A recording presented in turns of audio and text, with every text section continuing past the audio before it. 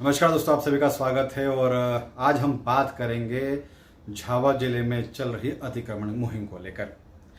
झाबुआ में कई बार आपने देखा होगा कि अतिक्रमण मुहिम चलती है लेकिन अपने अंजाम तक नहीं पहुंच पाती। उसके पहले ही वो सारे लोग सक्रिय हो जाते हैं जो इस अतिक्रमण गैंग से जुड़े हुए हैं, या यूँ कह सकते हैं इस गिरोह से जुड़े हुए हैं।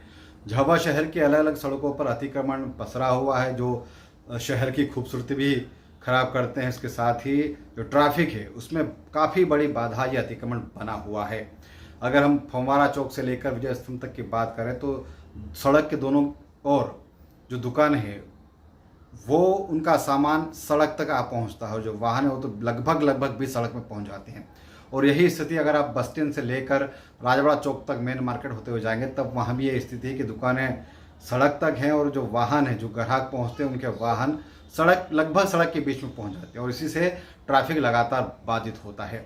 लेकिन अब तक जितनी भी बार अतिक्रमण की मुहिम चली है, चाहे हम 2000 अभी हाल ही के दिनों में चली हो, पिछले साल भी अतिक्रमण मुहिम चली हो, या फिर हम 2020 और 21 की बात करें, 2019 की बात करें, जब भी अतिक्रमण मुहिम चली है वो बस स्टैंड से आगे नहीं बढ़ पाती है। क्या वजह है कि बस स्टैंड से आगे अतिक्रमण मुहिम नहीं बढ़ पाती है? जबकि लोगों ने नालियों के ऊपर पक्का अतिक्रमण कर लिया है, उसके ऊपर अपना सामान बिखेर दिया है, सारा सामान उस पर पसरा हुआ रहता है और यहाँ तक कि वाहन भी बेतरतीब इन सड़कों पर खड़े रहते हैं और लोग जो ट्रैफिक है वो बाधित होता है। कई जगहों पर अघोषित पार्किंग बन गई है, वहाँ पर लोग परेशान होते हैं।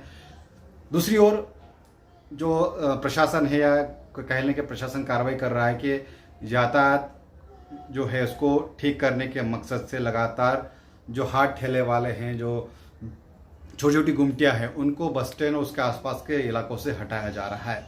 लेकिन जो बड़ी होटलें हैं जहां पर बिना पार्किंग के सैकड़ों वाहन मौजूद रहते हैं जो ट्रैफिक को बाधित करते हैं, उन दुकानदारों पर कोई कार्रवाई न तो ट्रैफिक करता है और न ही प्रशासन करता है। जबकि होना ही चाहिए कि जो दुकानों के बाहर बेतरतीब तरीके से वाहन खड़े रहते हैं, क्योंकि दुकानदारों ने तो अपनी सीमा के बाहर तक अपनी दुकान पसार दी है और वाहन जो है अब वो उस सीमा के बाहर आकर खड़े रहते हैं जो लगभग दुकान तक आ जाते हैं, जो सड़क तक आ जाते हैं। और इसी वजह से, इन वाहनों की वजह से ट्रैफिक बाधित होता है। अगर आप राजगढ़ नाका पर देखें तो यहाँ पर जो होटल है उसके वाहन आप देखेंगे लगभग आधी सड़क तक पहुंच जाते हैं और इससे यहाँ से निकलने वाले बड़े वाहनों को, छोटे वाहनों को, सभी को काफ़ी दिक्कत का सामना करना पड़ता है।